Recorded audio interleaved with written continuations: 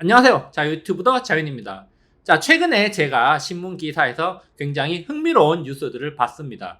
바로 2차 전지와 관련되는 뉴스 기사였는데요. 자, 외국인들이 2차 전지를 계속 사고 있다. 그리고 개인들은 2차 전지를 팔고 있다는 뉴스였습니다. 그렇다면은 이런 것들이 지금 현재 시장을 어떻게 반영하고 있는지, 그리고 지난 7월 이후부터 시장의 환경이 굉장히 급변하고 있습니다. 자, 이렇게 급변하는 이유가 뭔지, 그리고 시장이 어떻게 변화하고 있는지, 자, 이런 것들 한번 짚어보는 시간 가져보도록 하겠습니다. 오늘 이야기 도움되신다면 좋아요, 구독 버튼 눌러주시기 바랍니다. 그러면 준비된 자료 보도록 하겠습니다. 먼저 2차 전지 관련되는 뉴스 몇 개 가져왔는데요.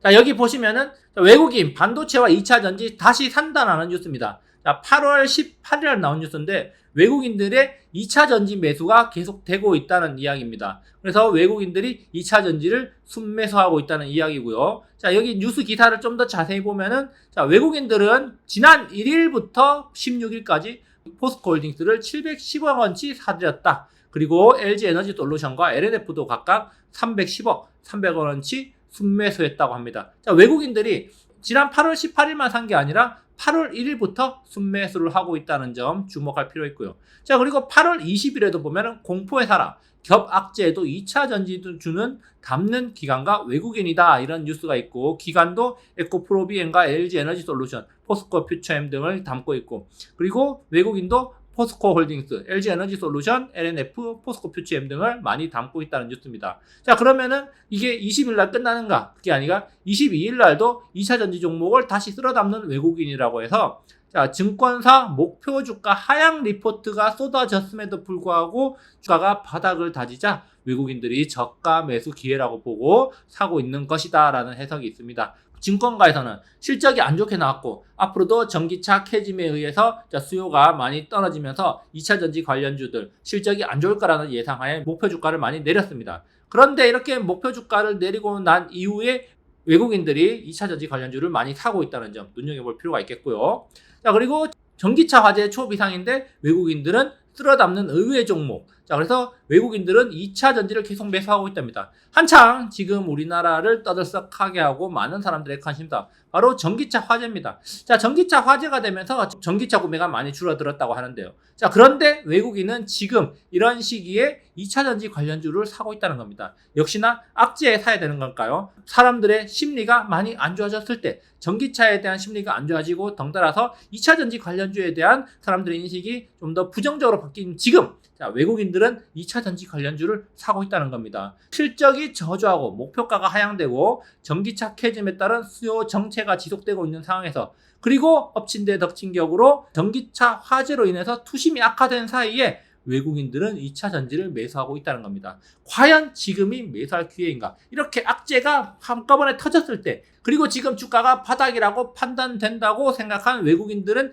매수를 하고 있다는 겁니다. 자, 외국인들이 매수를 하고 있다는 점 우리가 눈여겨봐야 됩니다. 외국인들은 단타로 들어오기보다는 비교적 중장기적 관점으로 매수를 한다는 점 생각을 해봐야겠는데요. 어쨌든 외국인들이 8월 한 달 동안 지속적으로 2차 전지 관련주를 사고 있다는 점을 눈여겨봐야겠습니다. 이렇게 외국인들은 2차 전지를 매수를 하고 있습니다. 자, 그런데 개인은 과연 무엇을 하고 있을까? 이것을 한번 생각해 볼 필요가 있는데, 앞에서 봤던 뉴스 기사 다시 한번 가져왔습니다. 자, 외국인 반도체와 2차 전지 사는데, 자, 개인은 매도하고 있다는 거죠. 그래서 자, 같은 기간 동안 개인은 LG 에너지 솔루션을 890억 원치 팔아치우고, 에코프로비엔과 포스코홀딩스도 각각 880억, 그리고 600억 원치 순매도한 점과 대조적이다. 외국인들은 계속해서 2차 전지 관련주를 사고 있는데 개인들은 물량을 다 뱉어내고 있다는 거죠. 자, 그러면서 외국인들이 개인들의 물량을 다 챙겨가고 있다는 겁니다. 거기다가 한술 더 떠서 개인들은 2차 전지 관련주를 팔아치우는데 그치는 게 아니라,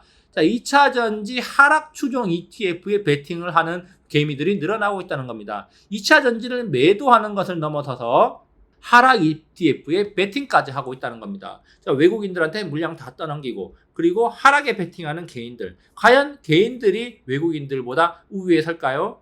지금까지 시장의 역사를 봤을 때, 자, 보통은 이런 경우 외국인들이 이기죠. 자, 그렇다면 지금 시점에 그런 과거들을 생각해 본다면은 2차 전지는 지금 바닥을 찍었을 가능성이 높고 2차 전지 하락에 베팅한 개미들은 또 다시 손실을 볼 가능성이 높다. 다시 말해서 2차 전지 관련주들은 이제 바닥을 찍고 올라갈 가능성이 높다. 이렇게 또 생각해 볼 수가 있다는 겁니다.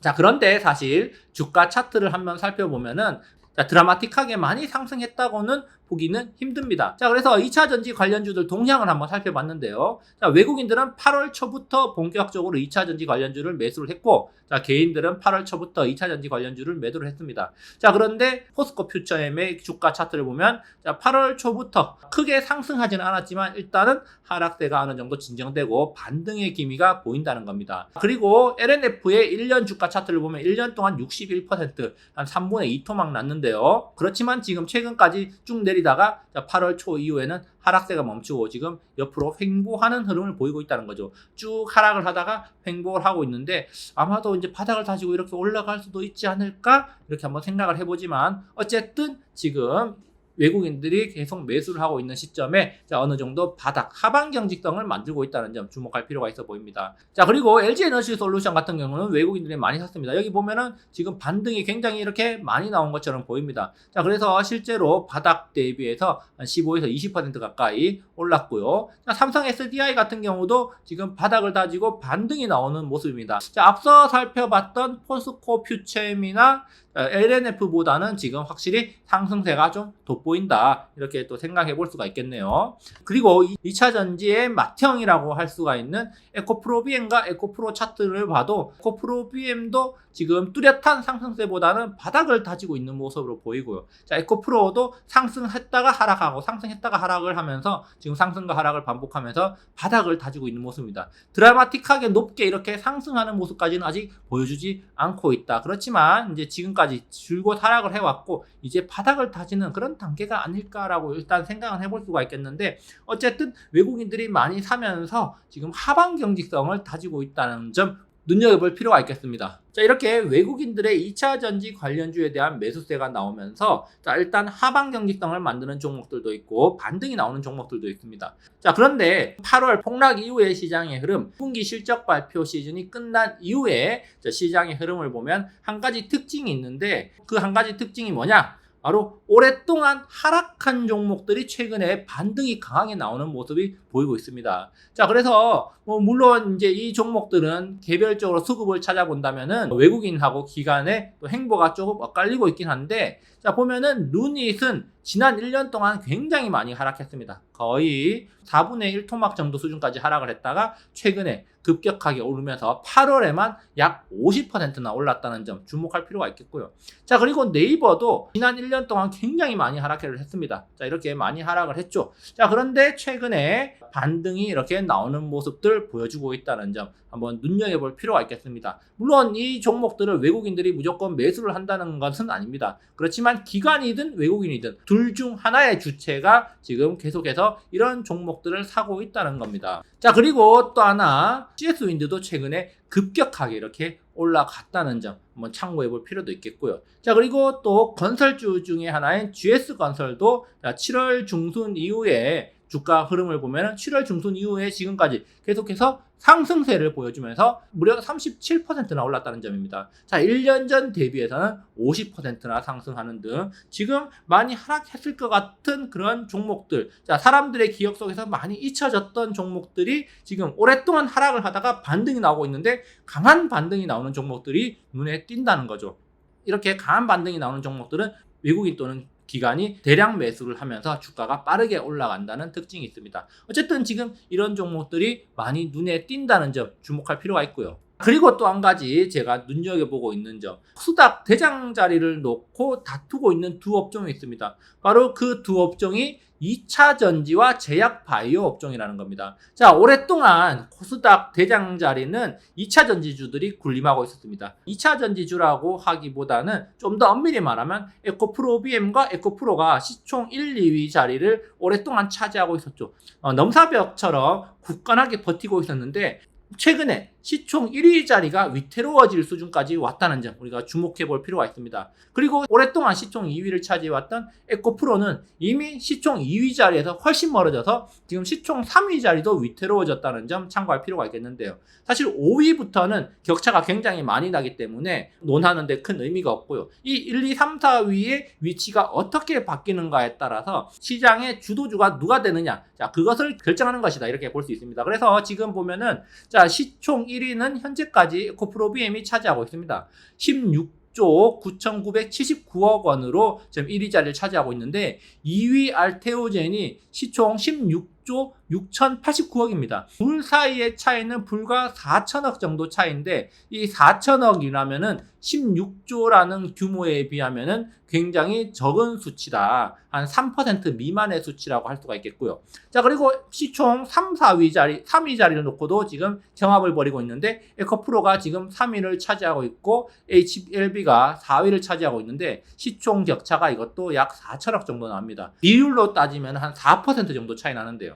사실 이 4%라는 거, 어떤 종목이 2% 오르고 어떤 종목이 2% 떨어지면 4%라는 차이가 없어질 정도입니다. 자, 그렇기 때문에 일주일 사이에 충분히 순위가 뒤바뀔 수도 있는 그런 위치다. 이렇게 볼 수 있는데, 지금 오랫동안 1위 자리를 지켜왔던 에코프로, 2차 전지 관련주들이 순위에서 쫙 미끄러지면서 제약 바이오 업종한테 지금 시총 1위 자리, 그리고 시총 3위 자리를 내줄 위기에 처해 있다는 겁니다.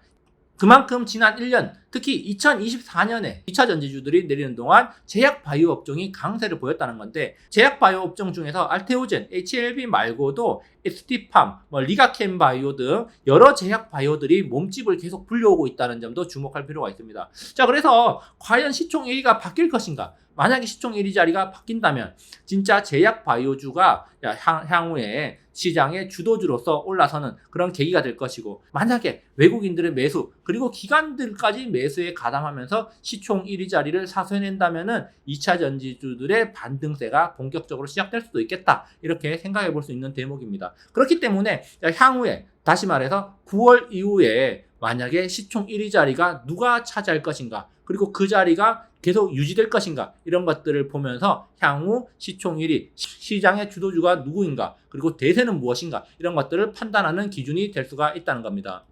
자, 그래서 지금까지 보면은 에코프로 BM의 주가 차트를 보면 지금 1년 동안 주가 반토막 나면서, 자, 시총 1위 자리를 빼앗길 위기까지 왔고, 자, 그 사이에 알테오젠은 7배나 상승을 하면서 시총 1위 자리를 넘보는 수준까지 올라왔습니다. 마찬가지로 에코프로도 1년 동안 주가가 3분의 2 토막이 났어요. 제가 3분의 1 토막이라고 잘못 적었는데, 자, 3분의 2 토막이 나면서 시가총액이 급격하게 줄어들었고, 자, 그 틈을 지금 HLB가 파고들고 있다는 겁니다. 자, 원래는 2위였지만 2위 자리는 알테오젠에게 내줬고, 지금은 3위 자리도 위태로운 수준까지 왔다. 자, 그래서 지금 HLB와 에코프로의 경합, 1위 자리를 놓고 에코프로 BM과 알테오젠이 경합하고 있다는 점 눈여겨볼 필요가 있고, 9월 이후에 과연 1위 자리를 누가 차지할 것인가, 3위 자리는 누가 될 것인가, 이것을 꼭 지켜봐야 될 겁니다.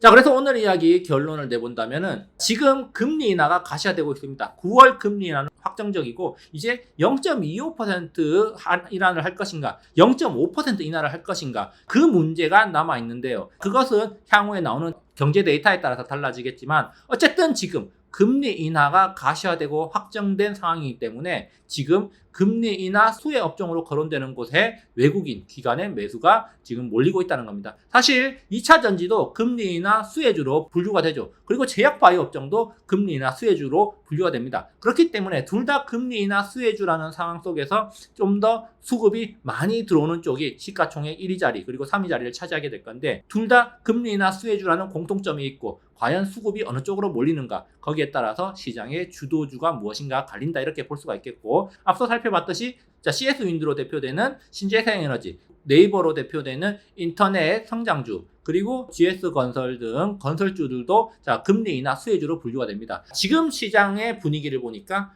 기관과 외국인들이 금리 인하 수혜주를 좀 담고 있구나, 이렇게 생각해 볼 수가 있겠네요. 과연 이런 종목들이 앞으로 그런 기세를 유지할 수 있을지, 그것은 좀 더 지켜봐야겠지만, 어쨌든 지금 시장은 많이 오른 것들에서 차익 실현이 나오고, 자, 금리 인하 수혜주 쪽으로 수급이 올려간다는 점 참고할 필요가 있겠습니다. 여기까지 오늘 준비를 해봤고요. 좋아요, 구독 버튼 눌러주시면 감사하겠습니다. 다음에 더 유익한 영상으로 찾아오도록 하겠습니다. 감사합니다.